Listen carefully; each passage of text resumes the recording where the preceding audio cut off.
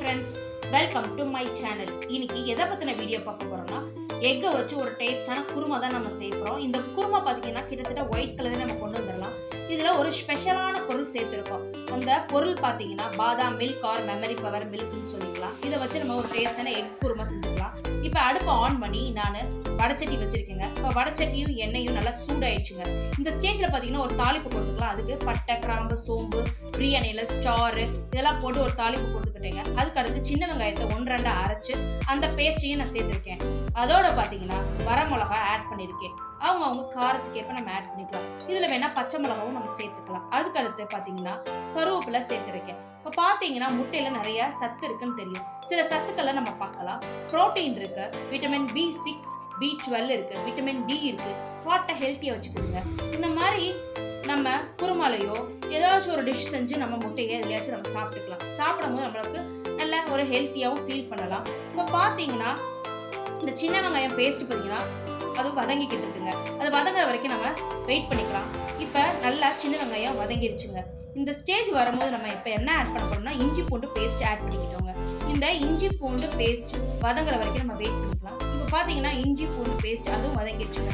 இந்த ஸ்டேஜ்ல பாத்தீங்கன்னா நம்ம தக்காளி ஆட் பண்ணிக்கலாம். இப்ப தக்காளி ஆட் பண்ண பிறகு நம்ம தக்காளி வதங்குற வரைக்கும் நம்ம வெயிட் பண்ணிக்கலாம். இப்போ பாத்தீங்கன்னா தக்காளி வதங்கிருச்சுங்க. இந்த ஸ்டேஜ்ல நம்ம ரெட் சில்லி பவுடர் ஆட் பண்ணிக்கலாம். அவங்க காரத்துக்கு ஏற்ப போட்டுக்கலாம், மைல்டாவே போட்டுக்கலாம். இப்போ பாத்தீங்கன்னா ரெட் சில்லி பவுடர் நல்லா வதங்கிருச்சுங்க. இந்த ஸ்டேஜ்ல பாத்தீங்கன்னா இப்ப நான் என்ன ஆட் பண்ண போறேன்னா தண்ணி தாங்க. இப்ப தண்ணி ஆட் பண்ணிக்கலாம். அவங்க தேவைக்கு நம்ம தண்ணி ஆட் பண்ணிக்கலாம். இப்ப அந்த குருமா கொதிக்கட்டுங்க. தண்ணி ஆட் பண்ண பிறகு அந்த குருமா நல்லா கொதிச்சுக்கிட்டுங்க. நல்லா கொதிக்கிற வரைக்கும் நம்ம டைம் கொடுப்போம். இப்போ பாத்தீங்கன்னா எனக்கு குருமாவும் நல்லா கொதிச்சிருச்சுங்க. இப்போ பாத்தீங்கன்னா குருமா கொதிச்ச பிறகு நம்ம என்ன பண்ணணும்னா கொஞ்சம் அடுப்பை சிம்லேயே வச்சுக்கலாம். இப்போ சிம்ல வச்ச பிறகு நம்ம அடுத்து என்ன ஆட் பண்ண போறோம்னா நம்ம எக்கு தான் ஆட் பண்ண போறோம். அதாவது முட்டை ஆட் பண்ண போறோம். பாத்தீங்கன்னா முட்டையை நம்ம ஆட் பண்றதுக்கு இப்போ ஒரு பவுல் எடுத்து நம்ம அதில் செக் பண்ணியே நம்ம போட்டுக்கலாம். இப்போ பாத்தீங்கன்னா நான் முட்டை இப்போ ஆட் பண்ண போறேங்க. இப்போ நம்ம முட்டை தாங்க ஆட் பண்ண போகிறோம். அதுக்குள்ளே ஒரு சின்ன இன்ஃபர்மேஷன் பார்த்துக்கலாம். பாதாம் மில்க் அதை எப்படி ரெடி பண்ணுறது பார்த்தீங்கன்னா நைட்டே நம்ம பாதாம் பருப்பை எடுத்து தண்ணியில் ஊற வச்சு காலையில் எடுத்து ஒரு 3 நாள் அலசிட்டு அதில் இருக்க தோலெல்லாம் நம்ம உரிச்சு எடுத்துடலாம். எடுத்துட்டு மிக்ஸி ஜாரில் போட்டு நம்ம ஒரு அரைச்சோம்னா அதில் தண்ணி ஊற்றி அரைக்கும் போது அது பாலாக கிடைக்கும். இடையில நம்ம அதை திரும்ப கண்டினியூ பார்க்கலாம். இப்போ பார்த்தீங்கன்னா நம்மளுக்கு முட்டை சேர்க்குற நேரம் வந்துருச்சு. இப்போ முட்டை சேர்த்துக்கலாம். பாத்தீங்கன்னா நான் முட்டையை டைரக்டா நான் சேர்க்க மாட்டேங்க. ஒரு பவுல்ல உடைச்சு பார்த்து செக் பண்ணிக்குவேன். அதுல முட்டை நல்லா இருக்கா கெட்டிருக்கா நான் செக் பண்ணி பார்த்துட்டு தாங்க நான் முட்டையை ஒரு டிஷ்ல சேர்ப்பேன். அதாவது நம்ம குருமால இப்ப சேர்க்க போறோம். இப்ப பாத்தீங்கன்னா அப்படி சேர்க்கும் போது நம்ம முட்டை நல்ல முட்டையா இருந்தா நம்ம ஈஸியா சேர்த்துக்கலாம். இது கெட்டு போச்சு நம்ம கீழே ஊத்திக்கலாம். இந்த மாதிரி நம்ம ஒரு டிப்ஸை ஃபாலோ பண்ணிக்கலாம். இப்போ பாத்தீங்கன்னா நம்ம குருமால முட்டை போட்டு வெந்துகிட்டு இருக்குங்க. இந்த ஸ்டேஜ்ல நம்ம சிம்ல வச்சுக்கலாம். குருமாவை சிம்ல வைக்கும் போது அந்த முட்டை ஒரு லேயரா நம்மளுக்கு வெந்து கிடைக்கும். அது வரைக்கும் நம்ம வெயிட் பண்ணிக்கலாம். இப்போ பாத்தீங்கன்னா பாதாம் பால் நம்ம செய்யறது பார்த்தோம். மிக்ஸி ஜார்ல போட்டு நம்ம பால் எடுத்தோம்.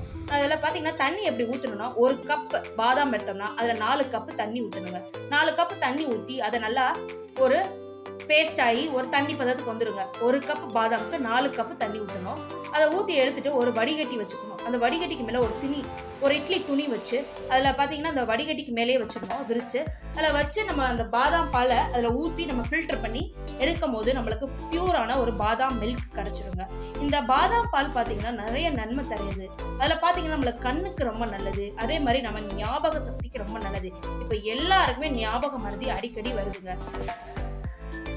ஞாபக மறதி எல்லாருக்கும் இப்போ அடிக்கடி வருதுங்க. இப்போ பார்த்தீங்கன்னா பாதாம் பருப்பை ஒன்று பாலாவோ இல்லை பருப்பாவோ நம்ம சாப்பிட்டுக்கலாம். ஒரு ஆள் பார்த்தீங்கன்னா 20 to 25 பருப்பு பாதாம் பருப்பு சாப்பிட்டுக்கலாம். அந்த பருப்பை நம்ம பருப்பாவும் சாப்பிட்டுக்கலாம், இல்லைன்னா பால் மாதிரி ரெடி பண்ணி சாப்பிட்டுக்கலாம். இப்போ பார்த்தீங்கன்னா இந்த ஸ்டேஜில் நான் குருமாக்கு தேவையான உப்பு ஆட் பண்ணிக்கிறேன். நான் ஆட் பண்ணலங்க, இப்போ ஆட் பண்ணிக்கிறேன். இப்போ பார்த்தீங்கன்னா நல்லா மிக்ஸ் ஆயிடுச்சு. இந்த ஸ்டேஜில் பார்த்தீங்கன்னா நான் பாதாம் மில்க் அதாவது மெமரி பவர் மில்க் நான் ஆட் பண்ணிக்கிறேன். இப்போ பார்த்தீங்கன்னா நான் ஆட் பண்ணிட்டேன். இப்போ பார்த்தீங்கன்னா நமக்கு டேஸ்டான ஒரு ஹெல்த்தியான குருமா அதாவது எக் குருமா ரெடி ஆயிடுச்சுங்க இந்த மெமரி பவர் மில்கை வச்சு. இப்போ பார்த்தீங்கன்னா நிறைய பேருக்கு ஞாபக மறதி இருக்குது, கண் பார்வை பிரச்சனை இருக்குது. இந்த மாதிரி இருக்கவங்க இந்த மாதிரி நிறைய டிஷ்ஷஸ் ரெடி பண்ணி நம்ம அடிக்கடி உடம்புல சேர்த்துக்கலாம். இப்போ பார்த்தீங்கன்னா இப்போ குருமா ரெடி ஆயிடுச்சுங்க.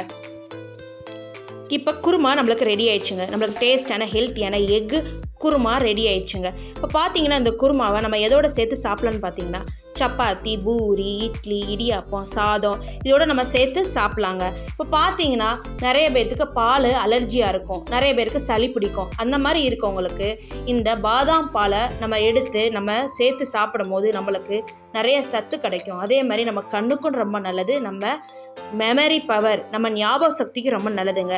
நம்ம இதே மாதிரி ஒரு குருமாவை டேஸ்ட்டாக ஹெல்த்தியாக வச்சு எல்லாருக்கும் கொடுக்கலாம்.